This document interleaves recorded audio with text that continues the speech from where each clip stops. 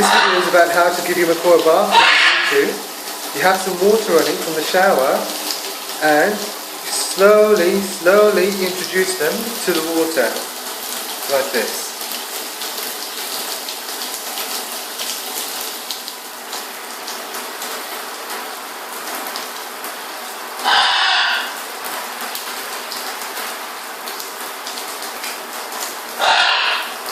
The water is lukewarm. You can even put her down into the bath.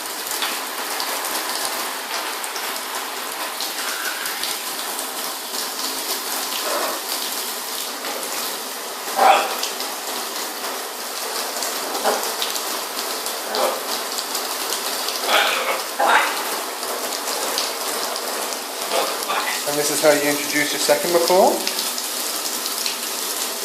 Blue doesn't like to have a bath as much as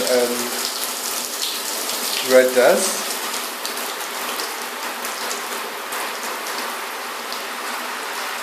And you do exactly the same thing.